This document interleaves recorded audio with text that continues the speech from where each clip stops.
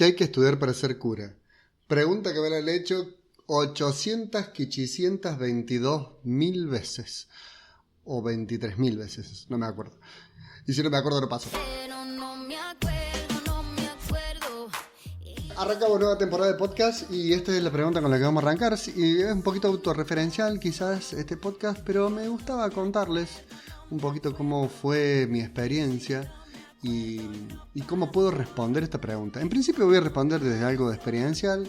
Después sí, en un segundo les voy a contar algunas cosas chichas de para los que no sepan lo que es chicha, cosas de chusmas, cosas interesantes de lo que se estudia para ser cura.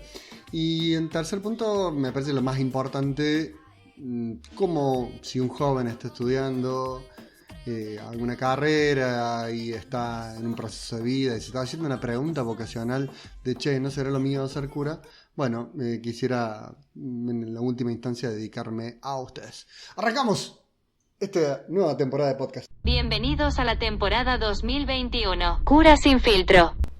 Cuando tengo que contar mi experiencia de cómo fue ser cura, cómo llegué a ser cura, siempre digo que tengo una historia larga, una historia corta. Bueno, hoy me voy a detener un poquito más, porque quizás si vos estás escuchando esto, te interesa.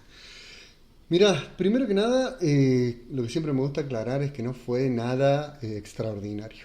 Fue una vida relativamente normal. Voy a contar hasta mis 23 años. ¿Mm? Hasta mis 23 años yo estudiaba en la universidad, estudiaba comunicación social.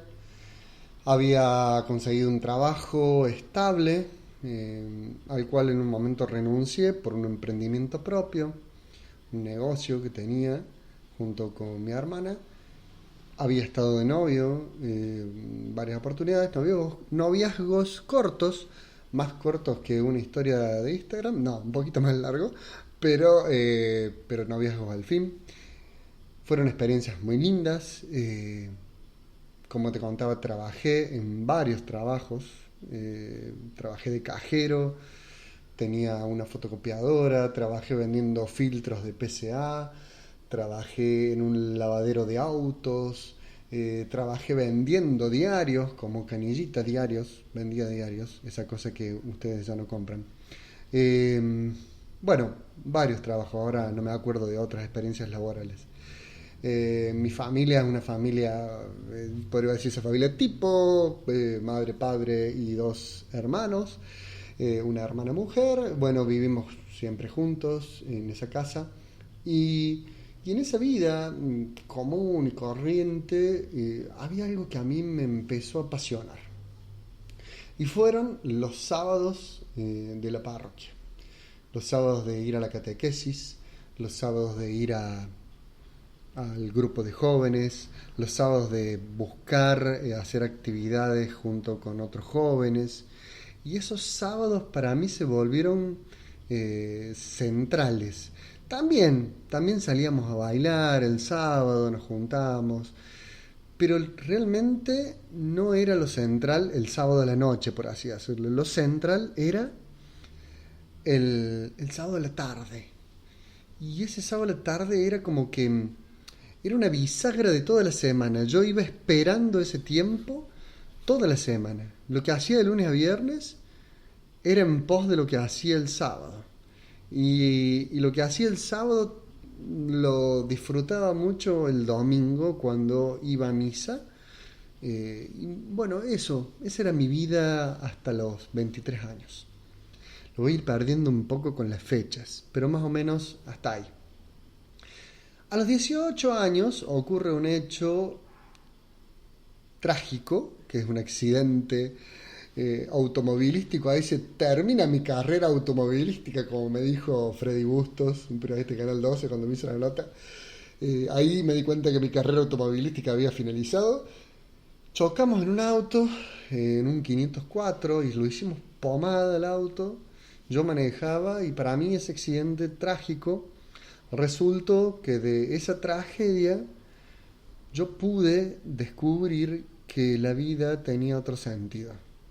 Y vos dirás, che, ¿hace falta un accidente para descubrir eso? A mí me hizo falta. Necesitaba frenar y fue como la vida me frenó contra un árbol y con la muerte ahí que me tocaba la puerta, eh, una sensación después de mucha culpa, de mucho dolor, de mucho... De hecho, hasta hace poco me encontré con uno de los pibes que había sido del accidente, ya somos grandes, tenemos casi más cerca de los 40 en esta época, y cuando me dijo, che, yo estuve en el accidente, me agarró una culpa sonsa, ¿viste? El tipo nada que ver, ¿viste? Todo bien, fuimos unos irresponsables, pues nos pusimos a hablar ahí del accidente y todo eso. Pero fue una experiencia que hasta el día de hoy, en algún punto sigue siendo traumática, pero aparte de ser traumática, ha sido salvadora, porque tuve que chocarme para descubrir que yo venía en un ritmo de vida de acelere que no me iba a llevar a un buen camino. Y eso yo estoy eternamente agradecido. Suena raro decir esto, pero estoy eternamente agradecido de haber chocado. Porque si yo no hubiera chocado contra ese árbol, me hubiera chocado contra otras cuestiones de la vida que no sé si hubiera salido bien. Del accidente salí relativamente bien, un poquito golpeado nada más, como cualquier persona de accidente, pero hice una crisis ahí existencial, descubrí quiénes eran amigos y quiénes no, quiénes eran familias y quiénes no, y esa crisis me ayudó a repensarme y a repensar mi lugar en el mundo, mi vida, no sé si mi vocación, pero me ayudó. Coincidió que cuando estaba en cama accidentado, el cura, el Daniel Nardini, que es el párroco de mi barrio todavía, me fue a visitar por pedido, mitad pedido, no sé si de mi abuelo, de mi vieja, se disputan quién fue la que le dijo al cura que me venga a ver, y la visita de él me hizo mucho bien porque fue como una visita de un amigo. Yo pensé, hoy viene este cura hartante, me va a querer rezar, me va a decir qué sé yo, me va a decir, tuviste la culpa del accidente. No, nada que ver. Se portó como un amigo, como un montón de amigos no se habían portado. Y después de esa visita me invitó a participar del grupo de jóvenes. Lo cual yo, un tanto por compromiso, le dije, bueno, sí, Daniel, voy a ir, qué sé yo, ta. Y quedó. Terminé el año, un viaje de egresados, Bariloche, y bueno, y todo lo que implica el viaje de egresados. Y después de ese viaje de egresado, yo me voy al campamento de la parroquia. Ahí en el campamento de la parroquia, la verdad que mi intención, voy a ser absolutamente sincero, era levantarme a alguien, ¿viste? Era mucho de la intención, la verdad que la gente que está en los grupos de jóvenes a veces es, así que bueno. Pero Dios se puede valer de eso, te lo dice alguien que terminó en otro lado. Buscaba una cosa y pasó otra. Bueno, esa era mi intención. Y bueno, como eso era en lo que yo estaba enfocado, un animador había dado una consigna para hacer en un momento de reflexión durante la mañana y yo no la entendí porque estaba mirando otras personas. Entonces, bueno, voy y le pregunto al chango, ¿viste? Le digo, bueno, mira, no entendí, la verdad, no entendí, ¿qué tenemos que hacer? Me dice, mira, toma esta hojita, me dice, acá hay unas preguntas y te sentas en algún lugar y te pones a meditarlas. Ah, bueno, era sencillo la consigna. Fui y lo hice, me senté abajo de un árbol, detalle, árbol, guiño, guiño, árbol. Me siento abajo del árbol y empiezo a leer. ¡Pah! Fue un palazo a la vida, lo que decía en la hojita, que en realidad no me acuerdo bien qué decía, pero era algo así como... tenía una pregunta de este estilo. ¿Tuviste algún accidente en tu vida, algún problema? ¿Estuviste solo en ese problema o hubo alguien que estuvo? Algo así más o menos era la consigna. Claro, ahí pasó. El accidente y un montón de otras cosas más que yo había tenido pasaron por ahí en esa hojita, pero sobre todo pasaron por mi corazón, por mi imaginación, y en todo ese momento de que yo le llamé después momento de oración, entendí que eso era la oración, hablar con alguien que te está escuchando, descubrí que no había estado solo y que había estado alguien alentándome. Yo me imaginé como esta imagen, una carrera con obstáculos, ¿viste? Una carrera como de atletismo, ¿no? En algún tiempo yo había hecho atletismo, entonces se me vino como la imagen de ahí del Kempes, esa pista de atletismo que está ahí en el estadio Kempes, y yo corriendo con un montón de obstáculos. Pero al costado de la pista iba siempre al lado mío Jesús. Eso fue como una imagen, ¿no? Como una imaginación, pero esos obstáculos tenían nombres concretos de crisis, de problemas, de situaciones.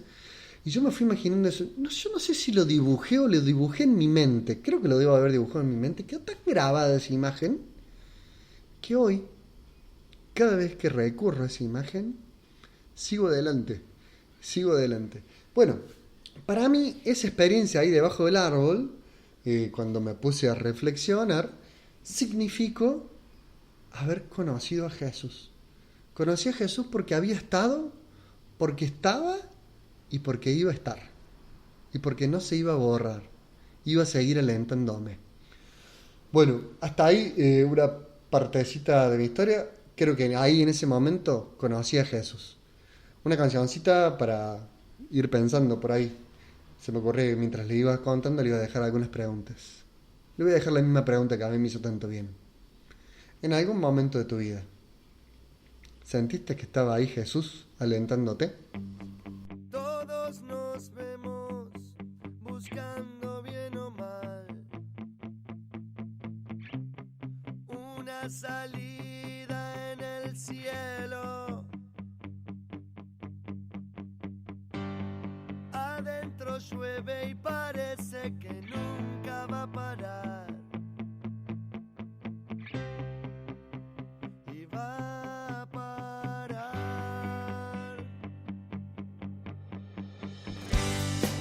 Una sonrisa se ve reflejada en un papel y se te empañan los ojos con esas caras diciendo que todo va a estar bien. Va a estar bien.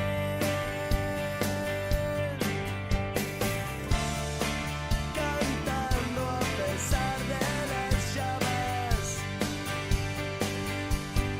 La la la la la la la la la la.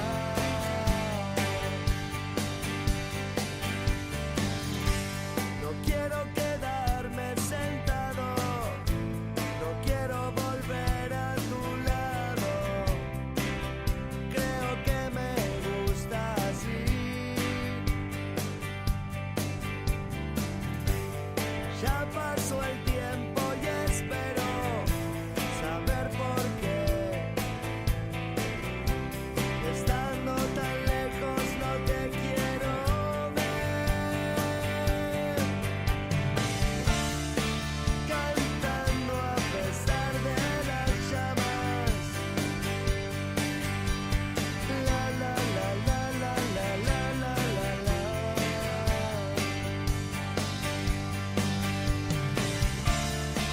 Gritando con todas las ganas.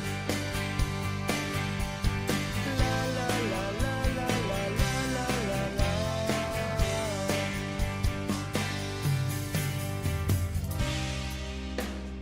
No llores más.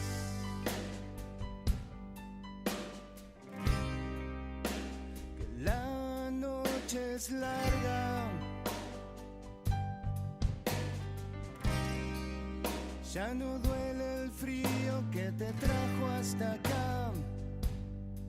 Ya no existe acá.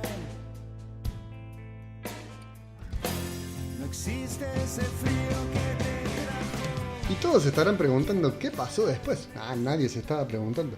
Pero bueno, la cosa es así.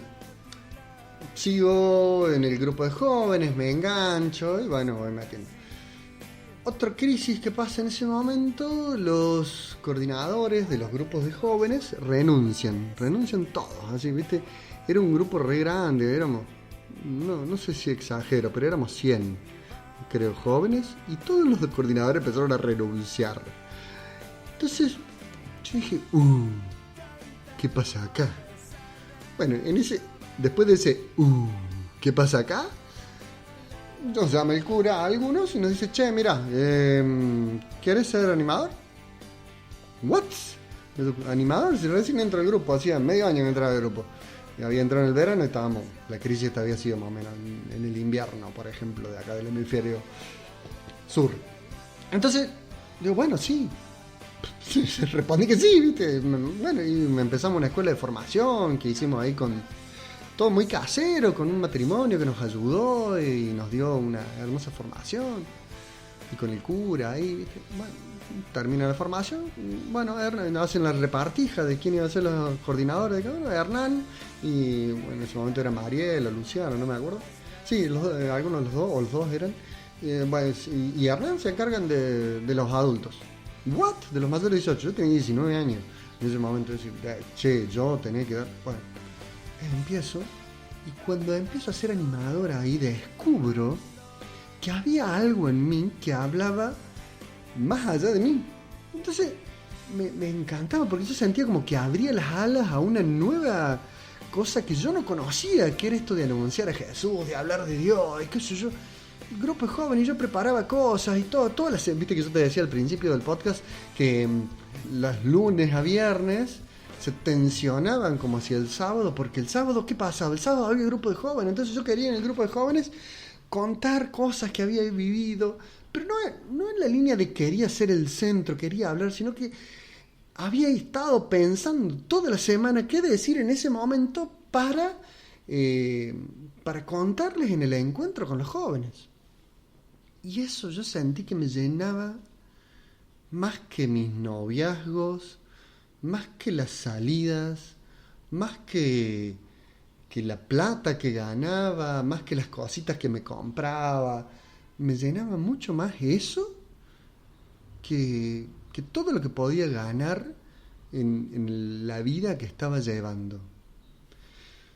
Y ahí empezó una pregunta solapada, silenciosa, que decía algo así como, ¿y no será algo más? Pero yo lo dejé ahí, no le di bolilla. Es más, no solo no le di bolilla, sino que empecé a hacer todo lo contrario. Empecé a hacer lo del hijo pródigo. Viste que el hijo pródigo de la parábola se aleja totalmente del padre y hace todo lo contrario de lo que el padre había soñado para él. Bueno, yo hacía todo lo contrario de lo que Dios había soñado para mí. Todo. Y entonces ahí yo me doy cuenta un día que me tenía que ir a confesar. A todo esto me olvidé contar que yo había empezado a hablar con el cura del barrio y charlábamos un poquito de la vida, de problemas familiares, cosas que pasaban en la vida cotidiana, como una especie de acompañamiento con el cura, me confesaba con él, pero hubo un día que yo sentía que tenía que ir a confesarme mucho más, porque yo estaba hecho pomada, expresión re vieja, pero bueno, estaba destruido, con el corazón destruido, entonces me fui a confesar con el cura, y el cura, en un momento de la confesión, me agarra y me dice, ¿te acordás de eso que me habías escrito una vez en una carta? Eso nomás me dijo. Esa fue la frase literal. ¿Te acordás lo que me habías escrito en una carta? Claro, el cura había cumplido años, así en tiempo atrás. Yo le había escrito una carta de cumpleaños. En aquel momento se usaba más escribir cartas, agradeciéndole por todo lo que nos brindaba y qué sé yo. Y le conté un chiste que a los 12 años se me había cruzado por la cabeza ser cura en un campamento al que había ido con un grupo raro el que iba, bueno, que después me enteré de dónde era. Bueno, no importa, al margen. Cuando el cura me dice, ¿te acordás? Yo dije, uy, acá cagué. Este me está diciendo que tengo que ser cura. Entonces le dije, no me acuerdo. Terminaba la confesión, me levanté, yo sentía como que el mundo así se me cayó encima, ¿viste? Un peso así Y salí y me empecé a escapar más y más y más y más de todo lo que implicaba una vida de algún creyente. Y empecé a hacer antitestimonio, a mandarme una tras otra, hasta que un día no pude más. No pude más y dije, bueno, basta. Vamos a hablar de este tema. Yo en ese basta también me había puesto de novio con mi última novia y bueno, ahí fue esa separación así con musiquita triste de fondo, así de ¿viste? Bueno, sí, fue triste, lloramos los dos y nos separamos y bueno, yo dije, ya está, a ver. Y fui, le hablé al cura y le digo, bueno, ya está, mira, me separé de mi novia, creo que Dios me llama a ese cura, a ver cómo hago. Bueno, entonces ahí empezó otra etapa. Bueno, hasta ahí.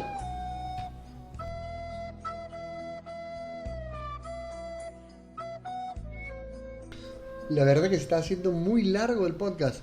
No pensé que iba a hablar tanto, debe ser lo que tuve de vacaciones y lo hablé. Y lo que tengo micrófono nuevo y se escucha lindo. Ay, qué bueno. Bueno, entonces, hasta ahí la primera parte. Vamos con la segunda parte del podcast. Después la historia de ahí es más, por así decirlo, monótona, pero muy intensa. Porque empieza lo que es el año de discernimiento, que tenía todo eso de cotidiano que te contaba al principio. Laburaba en un colegio, laburaba en un colegio en un emprendimiento que teníamos, que era la fotocopiadora y el kiosco. Abríamos a las 7 de la mañana, cerrábamos casi a las 5 o 6 de la tarde. Mi hermana atendía la parte del tarde, yo estaba toda la mañana. Yo salía de trabajar y me iba a la facultad en bici, a la siesta. A veces llegaba un rato antes, estudiaba un poco ahí en la facu o me quedaba un rato en el negocio y me iba a estudiar. A veces me iba a hacer una siestita y después me iba a la facu. A la facu iba al turno noche, a la noche llegaba tarde, comía tarde, me acostaba tarde, me levantaba súper temprano y salía en la bici de nuevo a trabajar. Más o menos esa era la vida cotidiana de lunes a viernes. Después de los sábados tenía esto intenso de ir al grupo de jóvenes que lo seguía yendo. Y yo, interiormente, con esa pregunta y haciendo ese camino de discernimiento, y no le había contado a nadie que quería ser cura, a nadie, y eso fue para mí fundamental, no contar a nadie. Y es un consejo para alguien que esté por hacer un discernimiento vocacional: no lo ventilen a todo el mundo, porque si no, el discernimiento pierde libertad. Cuando vos le empezás a contar a la gente, mira, me parece que quiero hacer esto, y entonces la gente empieza, no, pero esto, y te empiezan a tirar sus prejuicios, o al contrario, te dicen que sí, que vayas, que sí, tenés cara de esto. No existe la cara de, no existe la tendencia a, entonces hay que ser original, me parece, y en eso parece fundamental el silencio y el diálogo con Dios sereno y sin publicarlo tanto. Mientras más silencioso sea, mientras menos personas sepan, más libre va a ser el discernimiento. Eso fue mi experiencia del discernimiento. Y en el discernimiento fue una experiencia muy linda de trabajo interior, te diría un poco de trabajo psicológico, muchísimo de trabajo espiritual, de oración, y para mí fue fundamental el texto de la palabra de cada día. Leer el Evangelio de cada día, que si vos queréis hay un montón de aplicaciones para buscarlo y tenerlo a mano. Estaba rezando hoy, liturgia cotidiana, Evangeco, Eprex, Evangelio del día, Evangelio de hoy, hay una página, la página del Vaticano también, si vos pones Evangelio del día, la página del Vaticano también sale ahí. Hay un montón de páginas donde va saliendo el Evangelio del día. Para mí eso fue fundamental, porque fue escuchar lo que Jesús le decía a todo el mundo en la iglesia, pero lo que me decía a mí personalmente. Y ese fue el modo como yo empecé a convencerme de que Dios me quería cura, ¿viste? No sé si convencerme, como que yo ahí me di cuenta, yo rezo y siento esto. Esa certeza interior, con esa certeza interior decido entrar al seminario. Eso fue todo un año, no saben lo lindo que fue. Bueno, después en otro momento, porque si no se va a hacer muy largo, pero cuando tuve que ir contando a los amigos, a la familia, el quilombo que fue cuando le conté a mi familia, no se imaginen, familia, pero odió a Dios de arriba a abajo, dejaron de ir a misa, no querían saber nada, rarazo todo, ¿viste? Pero, ¿por qué? ¡Ey! Si voy a ser cura, voy a ser feliz. No, pero no lo querían creer, ¿viste? Tenían muchos miedos, bueno, creo que le pasaría a cualquier familia. Pero bueno, familias, si están escuchando esto, apoyen a sus hijos en sus vocaciones. Si quieren ser curas, si quieren ser consagradas, si ellos son felices ahí, se van a quedar. Si no, se van a ir. Como en toda vocación. Si son felices, se quedan. Si no, se van. Terminado el discernimiento, avisado y todo, los festejos de que entraba, fue una época tan linda, tan linda, tan linda. Tengo tantos lindos recuerdos de los chicos de la parroquia, de todos, de los compañeros de la facultad, cuando les conté cómo me apoyaron, increíble, los amigos de la infancia, las cosas que me dijeron fueron... qué sé yo, luz y guía hasta el día de hoy, ¿viste? No, fue maravilloso todo el ingreso al seminario. Pero, aquí que uno entra al seminario, pero sigue discerniendo si es su vocación. Entonces, esa certeza interior que yo te conté, yo tuve el regalo de que permaneció. Tuve muchos compañeros que por momentos se preguntaban si sí, si no, si se quedaban, si se iban. Y mi experiencia fue tener esa certeza interior. No significa que siempre tener esa certeza interior sea lo que va a posibilitar que vos tengas una vocación. Yo hoy soy cura y espero seguirlo siendo por mucho tiempo, pero bueno, qué sé yo, quién sabe.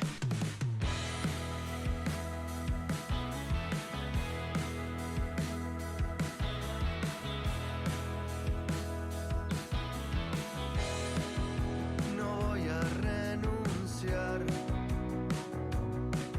a mi objetivo, que es verte volar, cuidarte hasta el final,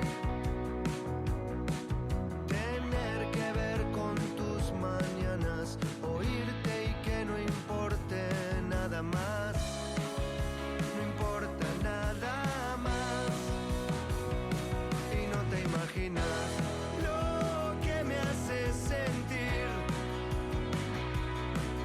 el verte caminar de espaldas. Llegas y el día cambia para mí. Con solo sonreír, no me quiero alejar, y estar a 1 metro ya es distancia y no te imaginas. Les cuento chichas, cosas que por ahí uno no sabe o tiene un mito de qué es ser seminarista, cómo se estudia para ser cura. Primero que nada, les aviso, odio la frase ¿qué se estudia para ser cura? Y ahora les voy a decir por qué odio la frase ¿qué se estudia para ser cura? Porque lo que estudia un cura es la humanidad. La humanidad. Estudia lo que va a acompañar toda la vida. No se es cura por estudiar una carrera o por estudiar unas materias teológicas o materias racionales, intelectuales. Se es cura por acompañar la humanidad, por acompañar la propia humanidad, la humanidad que tiene la propia historia de tu propia familia, y acompañar las humanidades que te van a ir poniendo el camino de la vida. Por eso yo siempre aclaro que por un lado está la parte intelectual y por el otro lado está la parte vital, que no son dos carriles paralelos, sino que van juntos. Pero una cosa es el camino de estudio, lo que un cura estudia, y otra es en lo que realmente aboca toda la vida. Por eso, para hablar de lo que un cura estudia, por lo general nosotros estudiamos una carrera que incluye diversas ramas. Hoy en día los seminaristas, por ejemplo, de Córdoba están estudiando en la Universidad Católica, y allí estudian, podemos decir, 3 grandes dimensiones del estudio. Uno es la dimensión filosófica y sociológica y psicológica, también podríamos decir. La otra, la dimensión pedagógica, de la historia, de la humanidad. Y la tercera, la gran esfera de lo teológico, lo propiamente de la teología. Entonces queda claro, ¿no? No le hagan esa pregunta a los curas. ¿Qué estudió un cura? Porque no es propiamente el estudio. Lleva mucho tiempo el estudio, sí. A mí me gustó siempre una frase, una expresión que se sonaba en mi seminario, que era, uno después cambia los libros o las hojas de libros, las horas del tiempo sentado por los libros, en las horas sentado frente a personas. Y creo que es eso, ¿eh? Por lo menos yo desde que salí del seminario y ya dejé mi estudio formal, he dedicado ese tiempo a estar con la gente, a dedicarme a escuchar, y es una de las cosas más lindas de ser cura, el poder escuchar la humanidad de la gente y poder acompañarlas. A veces no hay qué decirles, hay situaciones que son límite y uno, viste, en otro tiempo que no había pandemia, yo me levantaba y le daba un abrazo porque no podías decir nada, te quedaba un nudo en la garganta a veces con las cosas que te contaban. Pero bueno, eso es algo que se va ejercitando durante toda la vida. Nosotros decimos siempre que los curas estamos, como todos, ¿no? Creo, estamos en formación permanente. No terminamos de formarnos el día que terminamos la carrera intelectual que se hace en esta especie de paralelo, pero que van juntos, de la vocación, sino que terminamos de estudiar el día de la muerte. El día de la muerte terminamos de aprender realmente cómo era ser cura. Y eso es algo que, bueno, que lleva tiempo, pero es muy lindo, muy lindo, muy lindo. Muy lindo. La verdad que yo soy muy feliz siendo cura. Y como dice un cura de Córdoba, si no fuera cura en la próxima vida, sería cura. Bueno, les cuento algunas cositas más de así de chimento y cosas que qué sé yo, me parece como tips que a veces no se saben. Porque se piensa que por entrar al seminario uno pierde la libertad, que uno no va a poder tomar más una cerveza, que no va a poder salir más a encontrarse con amigos, que no tiene llave, que está preso, que no lo dejan salir. Y todo eso son versos. Nosotros teníamos llaves, salíamos, incluso el seminario de Córdoba está enclavado en el centro de Nueva Córdoba, entonces salíamos a los barcitos con los seminaristas, íbamos al cine, compartíamos una vida fraterna muy amena. Y eso es una de las cosas más lindas del seminario, el compartir esa vida fraterna que después, cuando somos curas, lo seguimos desarrollando en otro estilo, con otros horarios, con otros tiempos, pero si uno quiere, lo sigue desarrollando y lo sigue fomentando entre los curas, viviendo esa fraternidad de recrearnos juntos. Es una de las cosas más lindas que a veces nadie sabe de los seminarios. Se la pasa muy bien adentro, se la pasa muy bien. Otra cosa así muy graciosa de los seminarios es que a veces te sobra tiempo, a veces.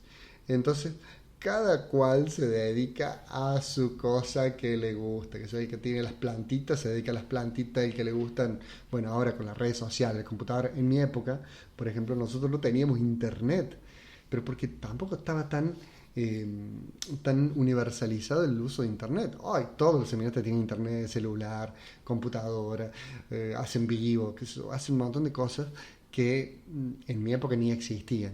Hoy están y lo siguen haciendo. Cada uno va desarrollando esas cositas que a uno le gustan. Otro pintaba, otro hacía artesanía, el otro, el que le gustaba leer, otro que le gustaba escuchar música, escuchaba música. Entonces, esas cosas de tener tiempos libres era muy lindo.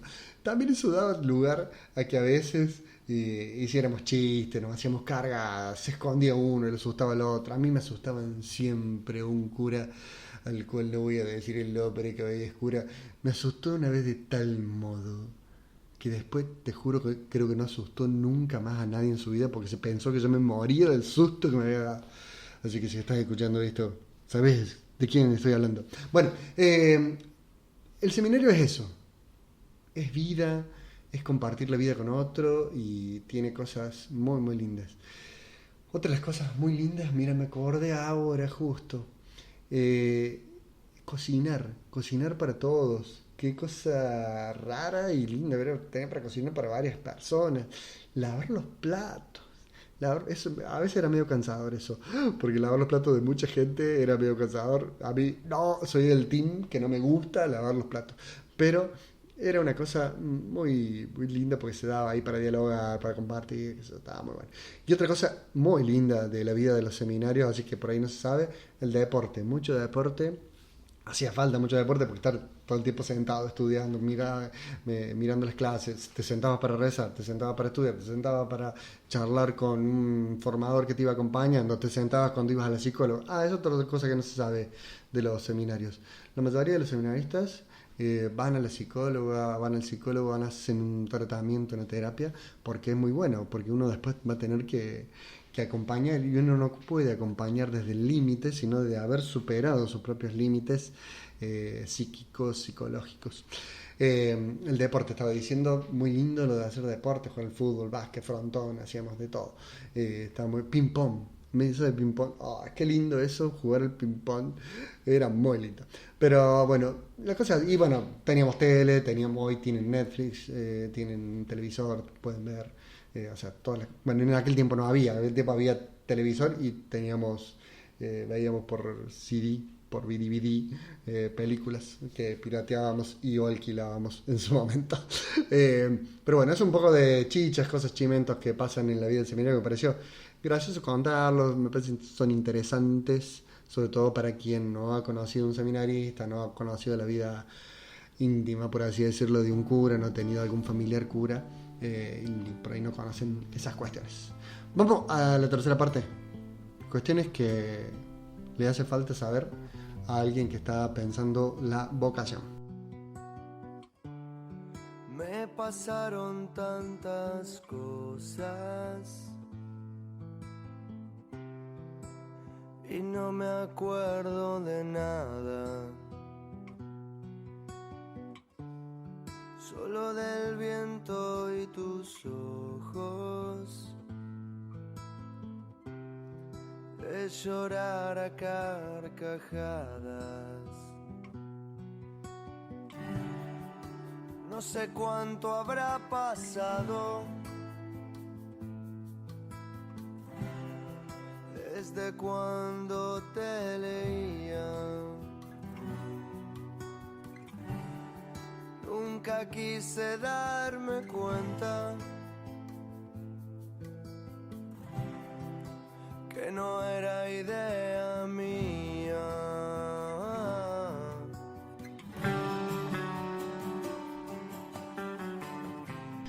Consejos si vos estás pensando en ser cura o en alguna vocación consagrada, si vos mujer estás pensando en hacerte misionera o en ser religiosa, monja, como quieras decirle. Yo estos consejos que voy a dar los di, no son consejos, a ver, son tips. El día de mi ordenación sacerdotal hice un discursito de cierre, por así decirlo, unas palabras de cierre. Y bueno, y ahí conté cuáles eran tips para mí, sabiendo que no había recetas para descubrir una vocación, pero yo conté así como fue mi receta. Si quieres saber a qué te está llamando Jesús, 1. Intégrate a una comunidad parroquial. Me parece a mí fundamental el trabajo en las parroquias, en los barrios, metidos en los barrios de tu ciudad, en tu pueblo. El trabajo comunitario con la parroquia para mí es fundamental para cualquier vocación. Entonces, punto número 1, integrarse a una comunidad parroquial. Punto número 2, leer la palabra de Dios cada día, lo dije un ratito antes. Para mí ese evangelio de cada día, me refiero sobre todo al evangelio del día, es fundamental. Punto 3, me marco las cuentas. Hablar una vez por mes con alguien prudente. Búscate a alguien con quien hablar, alguien con quien que te sientas libre. No alguien que te diga, sí, vos tenés que ser cura, sí, vos tenés que ser monja. No, alguien prudente, alguien con quien te sientas absolutamente libre para hablar y discernir con él y abrir tu corazón con esa persona. Sea la persona que sea laico, sea consagrado, sea sacerdote, conseguite una persona para hablar una vez por mes. Ese es el punto número 3. El punto número 4, celebrar conscientemente la Eucaristía. No se trata de ir a misa, sino de celebrarla conscientemente. Una sola por semana alcanza para discernir la comunidad, para discernir la vocación. Estoy medio trabado, pero estoy terminando el podcast. Y como saben, este podcast se llama Cura Sin Filtro porque no me gusta editarlo. Así que sale como sale. Repasamos. Número 1, integrate en una comunidad parroquial. Número 2, lee la palabra de Dios de cada día. Número 3, habla una vez por mes con alguien prudente. Número 4, celebra conscientemente la Eucaristía. Número 5, pedile a María que te cuide. Para mí fue fundamental esa relación con la Virgen, con María, con esa mujer fuerte, y decirle, cuídame. Nada más. Eso. Cuídame y ayúdame. El 6, que yo lo puse ese día de mi ordenación, gasta tu vida en cosas grandes con Jesús. O sea, pedí algo grande, soñá en grande, no achiques los sueños. Me acuerdo que para mí eso significó en su momento pedirle a Jesús que quería ser uno de los 12 apóstoles. Y bueno, acá estoy. No soy uno de los 12, soy uno de los 500.000 apóstoles que estamos por el mundo siguiendo a Jesús. Y acá estamos. Y le sumaría hoy una más que no la había dicho en el día de mi ordenación. El trabajo caritativo, voluntario, en alguna fundación, en alguna actividad de caridad, el tocar la pobreza, para que la pobreza no sea solo una teoría, sino descubrir que a las personas que están ahí, hablarlas, escucharlas, aprender de ellas, preguntarles. Le sumaría ese más. Bueno, esos son los tips para alguien que me parece que puede servirles, para alguien que anda pensando en la vocación. Larguísimo el podcast. No sé si lo hago en 1 o en 2 audios, pero bueno, acá está. Otro episodio más de Cura Sin Filtro, otra temporada. Arrancamos de nuevo. Vamos a ver cómo seguimos este 2021. Vos que lo escuchás, desde donde lo escuchás, en el tiempo que lo querés escuchar, te agradezco si me mandas un mensaje sugiriéndome algo, diciéndome escuché, me gustó, no me gustó, gracias, no me sirvió. La verdad que te podés ir a la... También me sirve si me dices eso porque es señal de que escuchaste. Entonces yo, para saber que escuchaste, te pido que me mandes un mensajito. ¿Dónde? Preferentemente el Instagram, @PHernanCeballos, en otras redes sociales, Twitch, TikTok, YouTube, también con ese nick, P. Hernán Ceballos, Hernán con H, por favor. Pongan la H porque si no, no sale. Y en Twitter, @AriSev. Ese es mi usuario. Gracias por escuchar este episodio.